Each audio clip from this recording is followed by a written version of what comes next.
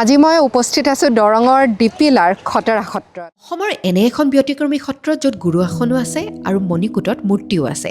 সাধাৰণতে শংকৰী বৈষ্ণৱ ধৰ্মত মূৰ্তি পূজাৰ প্ৰচলন নাই, কেৱল ভাগৱত আৰু গুৰু আসনকহে সেৱা কৰা হয়। কিন্তু খটৰা সত্ৰ ইয়াৰ ব্যতিক্ৰম, এখন সত্ৰ য'ত আজিলৈকে এজনো সত্ৰাধিকাৰ নাই।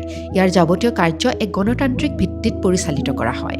খটৰা সত্ৰক অসমৰ সামাজিক বুকুত সাম্প্ৰদায়িক সম্প্ৰীতিৰ এক অনন্য প্ৰতীক হিচাপে অভিহিত কৰা হৈছে।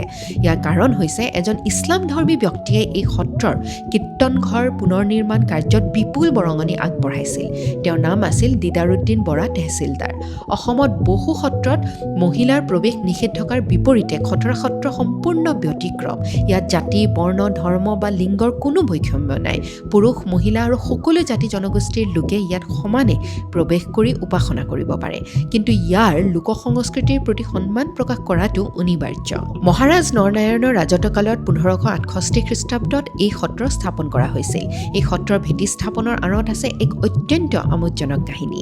মহাপুৰুষ শ্ৰী শ্ৰী মাধৱদেৱৰ আজ্ঞা অনুসৰি তেওঁৰ প্ৰিয় শিষ্য গোবিন্দ আটাই বৰদৰং অঞ্চলত এশৰণ নাম ধৰ্মৰ প্ৰচাৰ কৰিবৰ বাবে পদাপন্ন কৰিছিল এই ঠাইত। হাবি জংঘলেৰে ভৰা নদীৰ পাৰত ঠাই বিচাৰি ফুৰোঁতে তেওঁ এক অদ্ভুত আৰু অলৌকিক আৰু প্ৰকৃতিৰ নিয়মৰ বিপৰীত দৃশ্য প্ৰত্যক্ষ কৰিলে। এটা সাধাৰণ ভেকুলীয়ে এটা বিষাক্ত সাপক মুখৰ ফালৰ পৰা গিলি খাই আছিল। তেওঁ এজন সিদ্ধ পুৰুষ আছিল বাবে সেই দৃশ্য দেখি এই ঠাইৰ ঐশ্বৰিক মহিমা আৰু অলৌকিক শক্তি উপলব্ধি কৰি গোবিন্দ আটাই ইয়াতেই সত্ৰ স্থাপন কৰিবলৈ সিদ্ধান্ত ল'লে।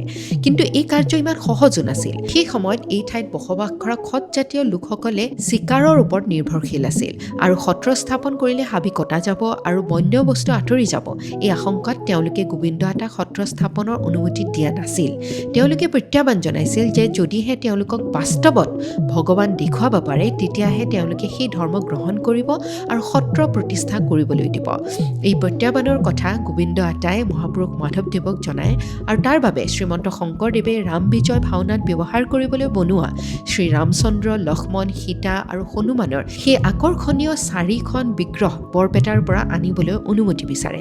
প্ৰথমে মহাপুৰুষ মাধৱদেৱে মান্তি হোৱা নাছিল, কিন্তু গোবিন্দ আটা আৰু ভকতসকলে বহু অনুৰোধ কৰাত সেই মূৰ্তি আনিবলৈ অনুমতি দিলে। নিশাৰ ভিতৰতে নদীৰ বাটেৰে আনি যেতিয়া সেই মূৰ্তিসমূহ খটসকলৰ সন্মুখত প্ৰদৰ্শন কৰা হ'ল, তেতিয়া তেওঁলোকে বিস্ময়ত অভিভূত হৈ পৰিল। ইয়াৰ লগে লগে খটসকলে নিজৰ অহংকাৰ ত্যাগ কৰে আৰু প্ৰথমে 4জন খটলোকে গোবিন্দ আটাৰ ওচৰত শৰণ ল'লে। খটসকলৰ দৰ্প চূৰ্ণ হোৱাৰ বাবেই এই ঠাইৰ নাম পৰৱৰ্তী সময়ত খটহৰা বা খটৰা হিচাপে জনাজাত হয়। মহাৰাজ নৰনাৰায়ণৰ আদেশ অনুযায়ী কোঁচ ৰজাসকলৰ সমগ্ৰ ৰাজত্বকালত এই সত্ৰক সকলো ধৰণৰ কৰ কাটলৰ পৰা ৰেহাই দিয়া হৈছিল। এই সত্ৰৰ অধীনত থকা 30জন মেধিৰ সহায়ত বেলেগ বেলেগ ঠাইত শাখা সত্ৰ স্থাপন কৰি এসময়ত নাম ধৰ্ম প্ৰচাৰ কৰা হৈছিল। এই সত্ৰত বহু সাঁচিপাতৰ পুথি আৰু পূৰ্বৰ 108 বিধ ৰজাঘৰীয়া সম্পত্তিৰ লগতে ভগৱানৰ অলংকাৰসমূহ এতিয়াও সযতনে সংৰক্ষিত আছে। কিন্তু বানপানী, উঁইপোক আৰু চোৰে সাত দিয়াৰ বাবে এই সত্ৰৰ বৰকাকতত উল্লেখ থকা বহু পুৰণি সম্পত্তি আৰু ঐতিহাসিক সমল আজি হেৰাই গ'ল।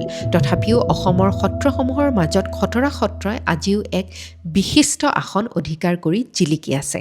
এই সত্ৰভাগৰ ইতিহাস আৰু বৈশিষ্ট্যৰ বিষয়ে বহুতেই নাজানে।